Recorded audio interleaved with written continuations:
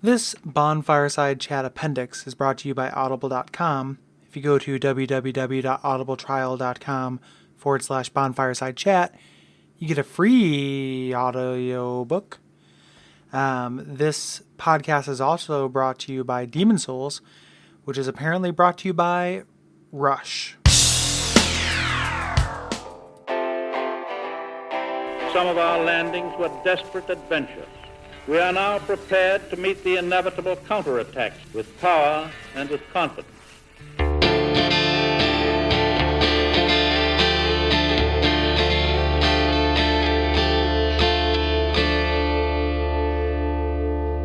My name is Gary Butterfield. My name is Kole Ross. And my name is Jake Booth. And you're listening to Bonfireside Chat Appendix, an undead second favorite, where we ask you to reach out and touch the demon inside of us. And this week we are taking your responses on World 4-1 of Demon Souls. Thank you so much for sticking around, Jake.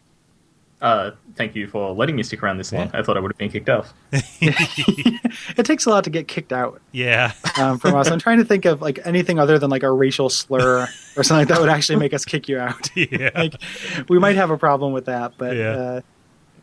Filthy bolletarians taking out jobs. My mother's bolletarian. Wait a minute, mister. Hey, listen, some of my best friends are phalanxes. You had one job. Yeah. Oh, man. Yeah. So yeah, sorry. No, go ahead. I was just going to do what you were going to do. Okay. Yeah, so just we have a couple of errata corrections from the last episode talking about Latria. Cole, do you want to start us off with Dan here? Yes. Dan says via the contact form, the Black Phantom Mind Flayer just before Maneater is only hard until you realize it walks down to a certain point every time, then starts a good long walk back up. Wearing the Thief's Ring allows you to get close enough to that turning point without drawing aggro that you can always run right up and get a backstab. After that, it's not difficult to bring it down every time. Good to know. Yeah. I feel like I tried that a couple times, but I probably just misjudged it. So by a couple times, I mean not enough times. Well, if you find it hard, you can use the Grave Robber's Ring, and they stack, so you're really? basically invisible. Yeah. I think we asked that last episode. We weren't sure if the Grave Robber's Ring worked for Black Phantoms that were not players. Yeah.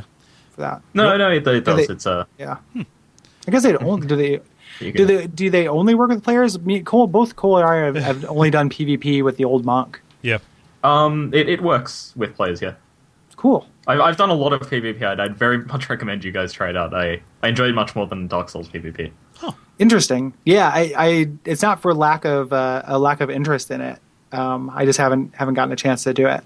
Yeah. So, well, it's hard to find like the time, especially when it's so underpopulated. Mm-hmm. Yeah. Do you want to read the next one, Jake? From Take? Oh, sure. From Take via contact. Someone asked if the gargoyle crossbow was any good on the podcast. My friend wanted one, since apparently it's a crossbow that scales with magic. One dropped for me, and I gave it to her, but she said it was pretty weak. This is actually interesting, because I'm using a gargoyle crossbow in my build right now. Oh. Yeah. What is your take on it? It's the strongest of the weakest type of weapon in the game, if that makes any sense. It's not bad. You can't rely on it though. I would not recommend relying on it. If you it's good for a kind of like to give you some breathing room, because it's kind of faster than the bow. Mm-hmm. So say you need to roll away and grab some grass, you can kind of stun lock them with the crossbow where you take a couple of bites. Mm-hmm. Yeah, it occupies such a weird niche just because it scales with magic. And anybody who has a high magic stat doesn't need any help in the ranged weapon department. Yeah, well, if I may blab about my build a bit, it's built on like making a magic character that doesn't use spells. Oh yeah. So I'm using a lot of like scaling and a lot of I guess sort of like utility spells like replenish, which helps. It restores Blue Phantom's health and that sort of thing. Mm-hmm. And yeah, like it's very much a very niche weapon. That it's so weird that they scale it with magic of all things. Mm-hmm. But I guess that's why it was in Latria. Yeah. Are you using like weapon buffs with that as well? No, what I'm using is a moon claw, which makes an A scaling with the claw in magic, a crescent parrying dagger, and the gargoyle crossbow. Whoa. And all of my spells are, I think, like warding and replenish, and that's it. That's a cool gimmick build. Like, yeah, that's it's very gimmicky, but I enjoy it. Oh yeah, no, like all of my favorite builds in at least in Dark Souls are all pretty gimmicky. Yeah. Yeah. Well, if you've seen my videos, I think you'll notice like I have one kind of character in the rogue's clothes and witch's hat, which is like my gimmick sort of armor that I always wear. I think if you like do enough PvP, you kind of get a style that you enjoy, and like just so people can recognize you. Yeah. I'm gonna have to start messing around with PvP.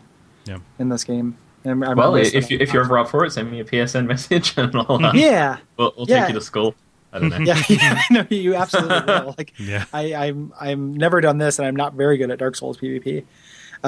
Yeah, I'll have to figure out how to send you a PSN message. Like, I literally only use my PlayStation 3 as a Demon Souls box.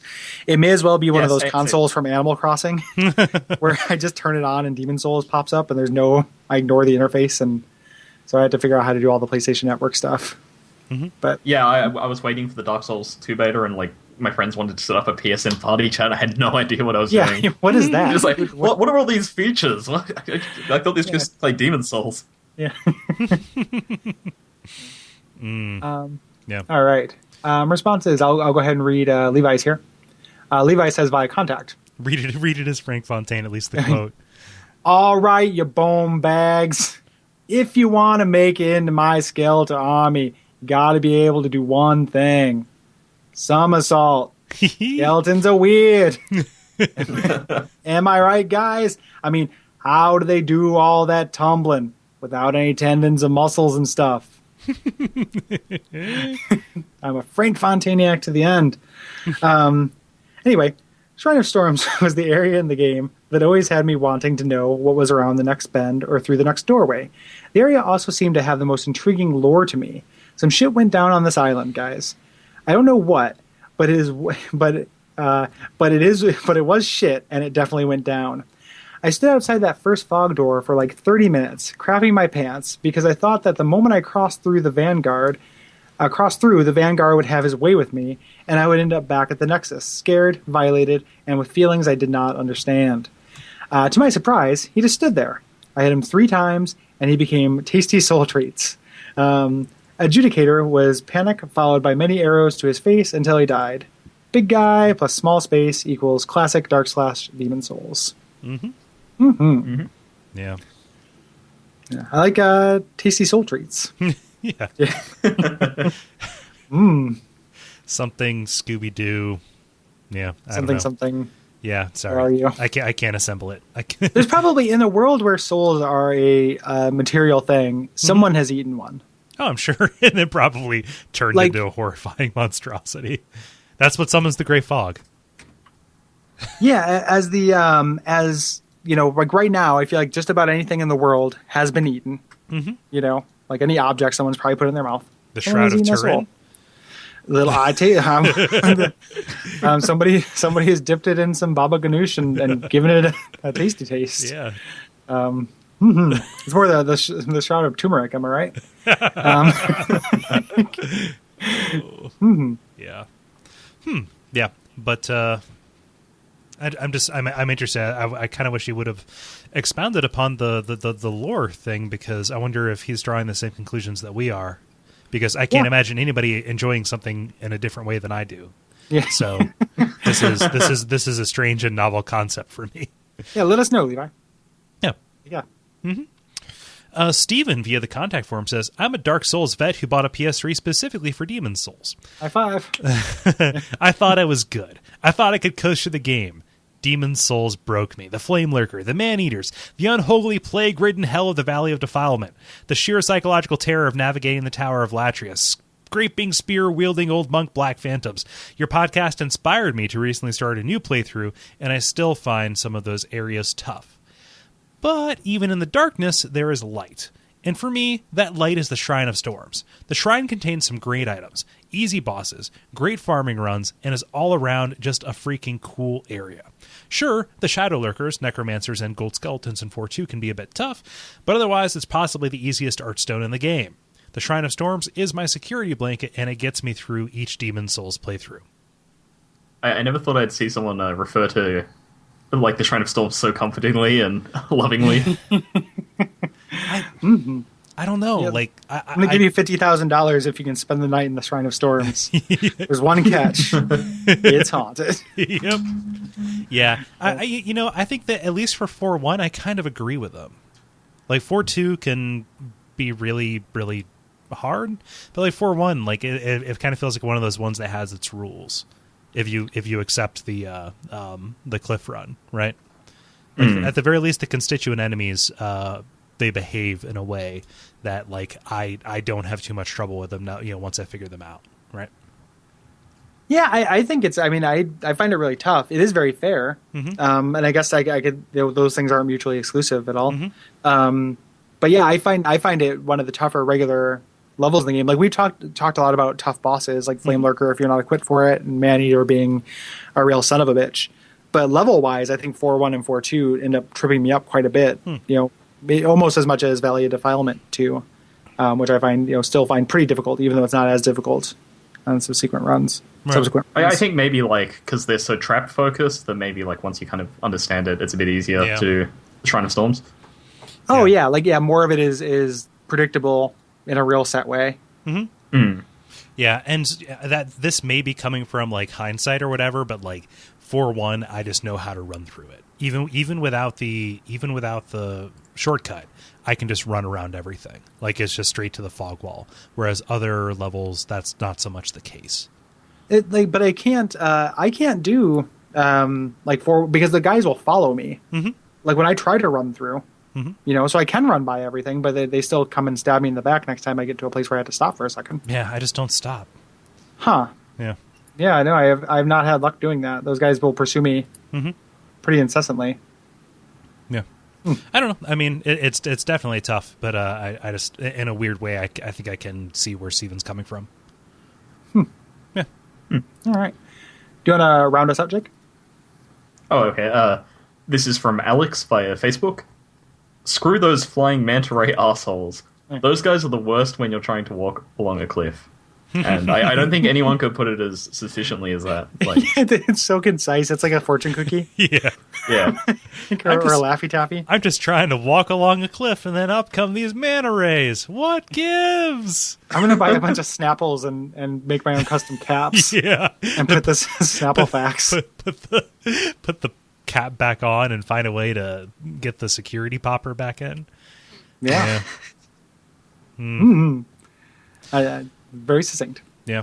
I mean, I think probably the best part about the Shrine of Storms is that like those manta rays piss you off for the entire like duration, and then the final boss is revenge in like the most gratifying way.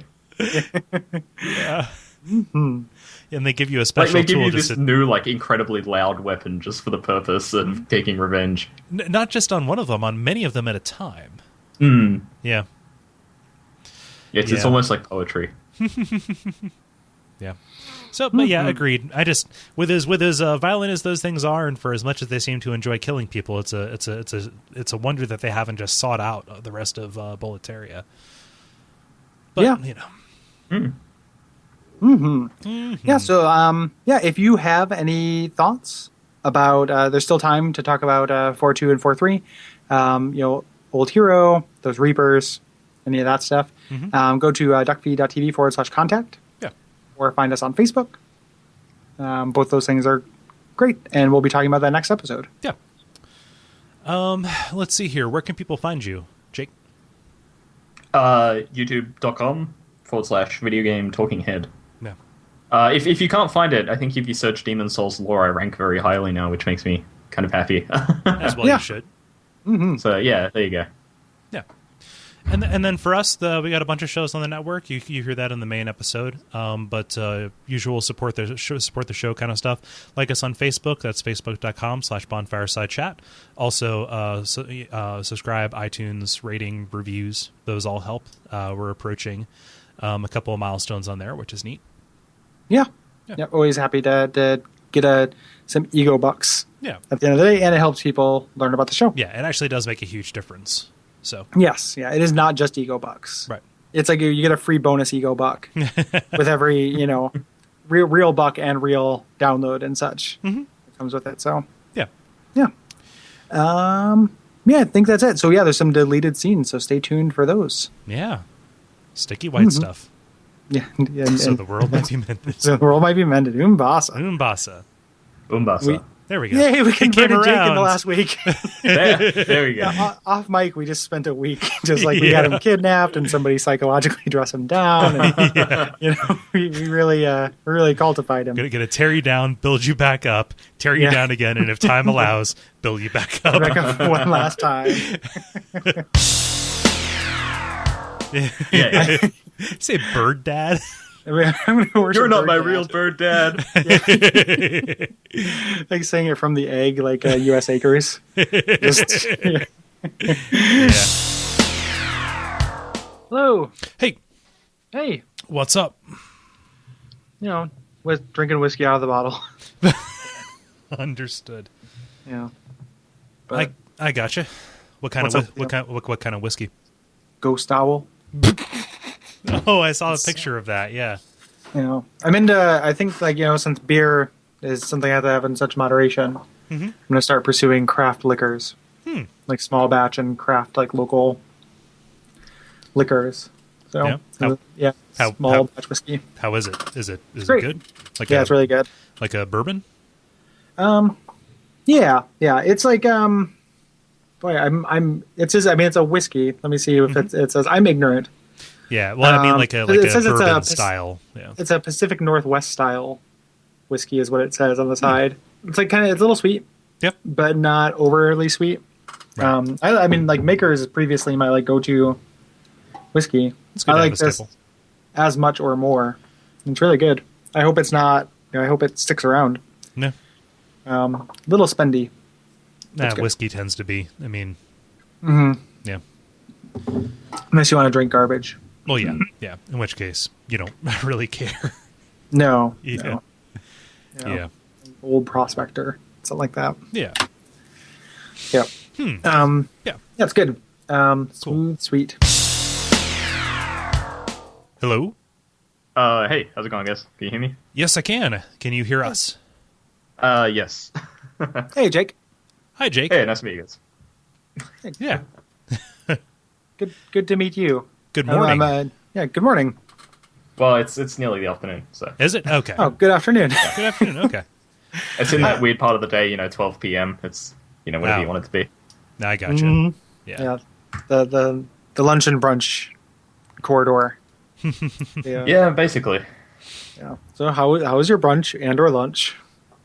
Haven't eaten it yet. I've held it up for the sake of the podcast because Yeah. So hopefully Yeah. my stomach rumbling doesn't pick up on the audio. My old podcasting coach always said, "Podcast hungry," because then you'll want it more. And I took that advice ever since. Yeah. Jeez. Hunger is the best podcast sauce. I don't understand. I don't know. That joke would have worked if podcast sauce rhymed or was a pun. Yeah. We're gonna workship that a little No, bit. it wasn't even Cool. a joke. It was just a dumb thing to say. Yeah, well, it was in a different world. There's a joke for that when there's like a food called prawn bast or something like that. Like, yeah. Okay, cool. Yeah, no. I'll continue feeling bad about the things I say. Yeah. Yeah. Nice. Yeah. Which seems to work out pretty well. Yeah.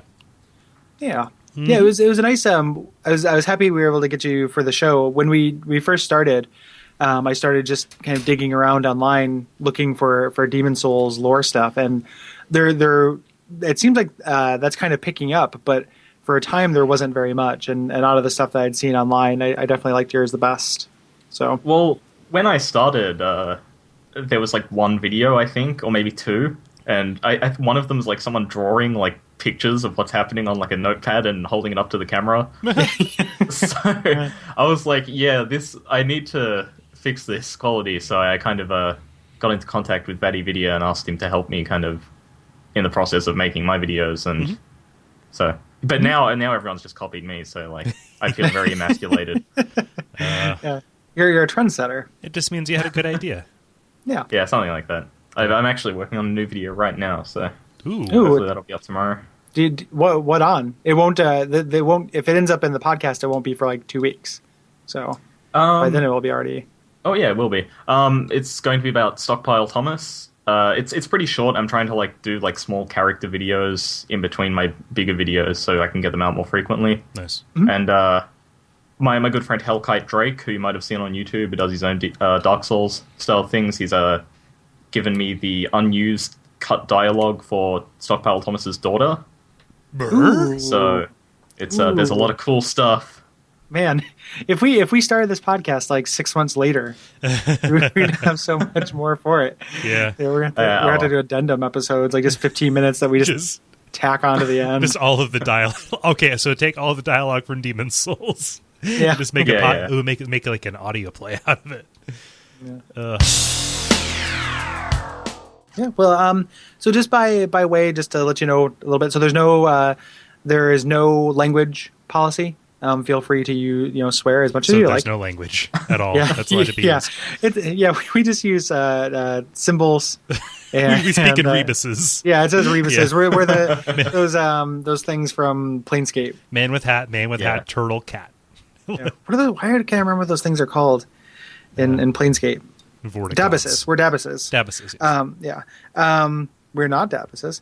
Yeah, even though you could do a Dabus-like thing, because over Skype we could do like an emoji style like series of like what combination of cats and pumpkins equals like mind-numbing oppression and gloomy. It's a very experimental podcast. Yeah. Art house stuff. Every emoji conversation I have always descends into pile of poop. Yeah, smiling poop. Yep. I always put that next to an animal, just so to add a little like character to it. A little bit of context, yeah. Yeah, so it's like deer poop or... Yeah, and there is a skeleton emoji as well. Yeah, that's what this morning for a Halloween party at work, I texted all my coworkers, skeleton party favor. You do know there are more skeletons on the planet Earth than there are humans. Yep. Yeah. 100 billion. It's pretty scary to think about. Yeah. You're talking to two people who are very aware of that fact. Yeah. 100 billion skeletons. Yep.